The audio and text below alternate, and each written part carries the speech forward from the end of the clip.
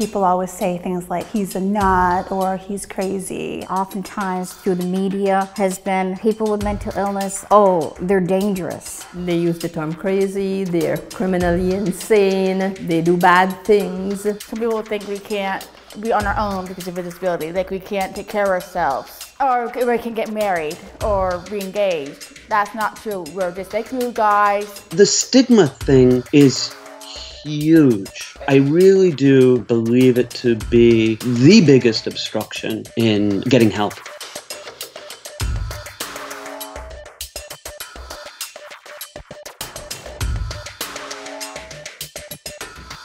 People die with mental illness because they feel no one cares. It's reality. We need to educate people in our society what mental illness really is. When people talk about mental health or mental illness, they often don't embrace that breadth of diagnostic considerations.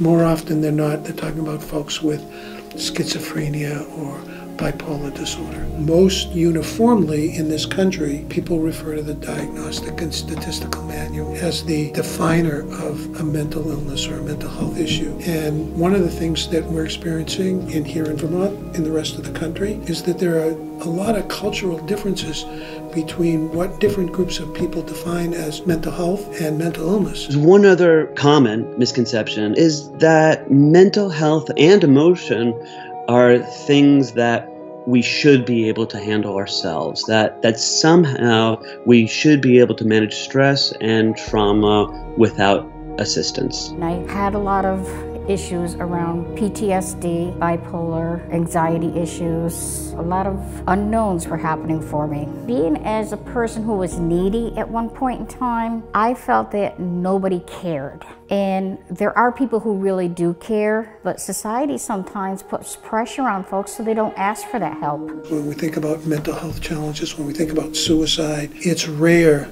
to see an obit where a family has been willing to be explicit about the cause of a loved one's death. And I think that's symbolic of the distinction that we make as a culture between health issues. Someone died from a valiant struggle with cancer.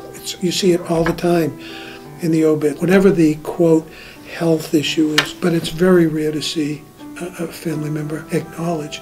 You more often see code. Oftentimes, even in your own family, things are right there in your face and you don't want to see it, or you don't want to accept it. So as a result of which you kind of ignore it, or you said, okay, you're going to get over it. And we can't do that anymore. We can't have people bottling things up in, because that could explode one day, and not in a positive way. When we talk about health, we should talk about health care. And we should not differentiate between mental health and physical health, because my health care is my entire body.